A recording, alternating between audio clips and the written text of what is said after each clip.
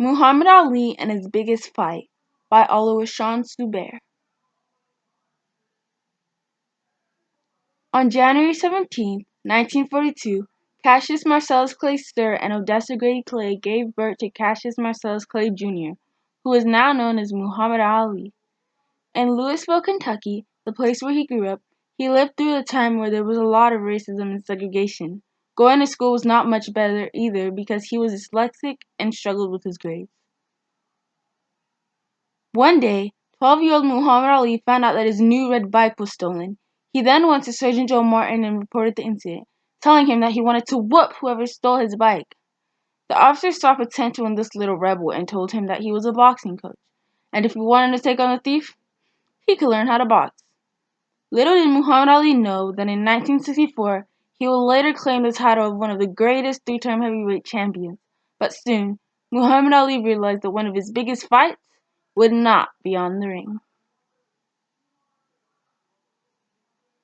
On March 1965, America officially went to war with Vietnam, and 2 years later, in March 1967, Muhammad Ali was drafted. But Muhammad Ali was a Muslim who strongly believed that fighting in a war would not serve Allah, the God that Muslims believe in. So Muhammad Ali stood firm on the fact that he would not fight.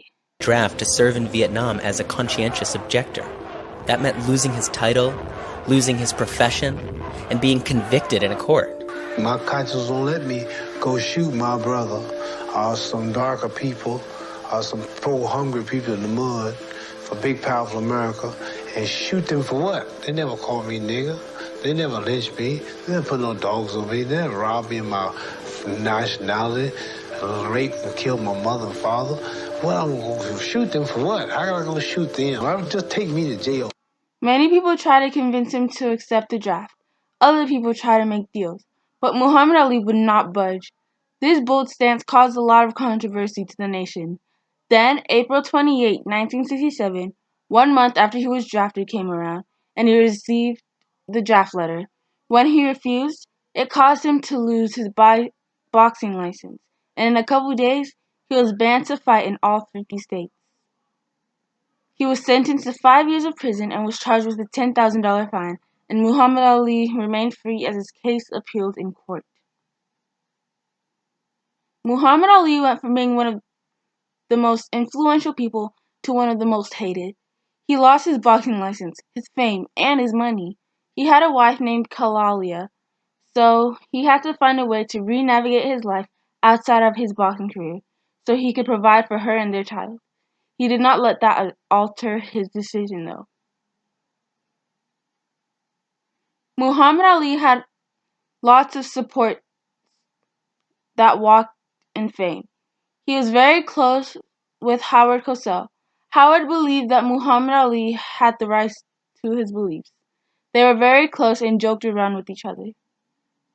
Martin Luther King and King even stuck out for him by saying similar things. They said, "He is giving up millions of dollars in order to stand up for what his conscience tells him is right. No matter what you think of his religion, you have to admire his confidence." Muhammad Ali also had non-supporters on his trail. A lot of magazines would continue to downgrade him, and even two famous black athletes, Jackie Robinson and Joe Louis, denounced him. One of the things that he used his free time for was going on a college lecture tour. He struggled at first, but soon he got the hang of it and quickly learned how to connect with the crowd. The reason why he wasn't famous with the crowd at first was because he shouted out his beliefs and only his beliefs.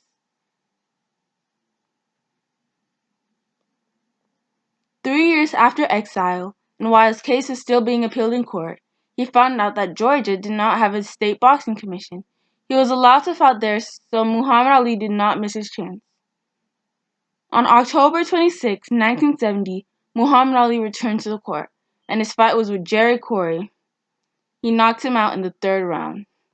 People were very impressed about the fact that he hadn't had a match in 3 years, but still, He had the strength and speed that he was known for, even in his 28 years of age. Finally, when Muhammad's ban was lifted in the Supreme Court, his ban was lifted, and he was completely free to fight again.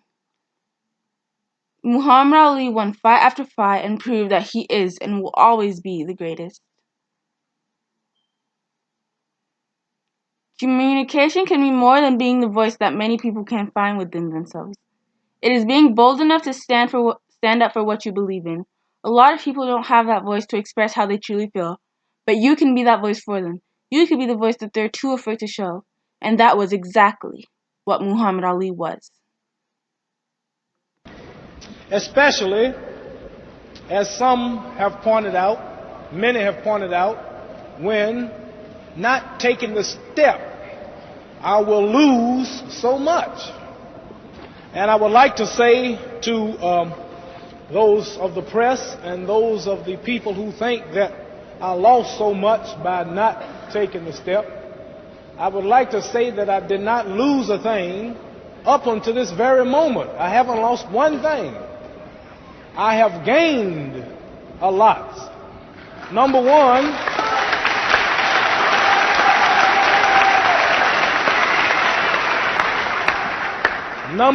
I have gained a peace of mind. I have gained a peace of heart. I now know that I'm in content with Almighty God Himself, whose prophet.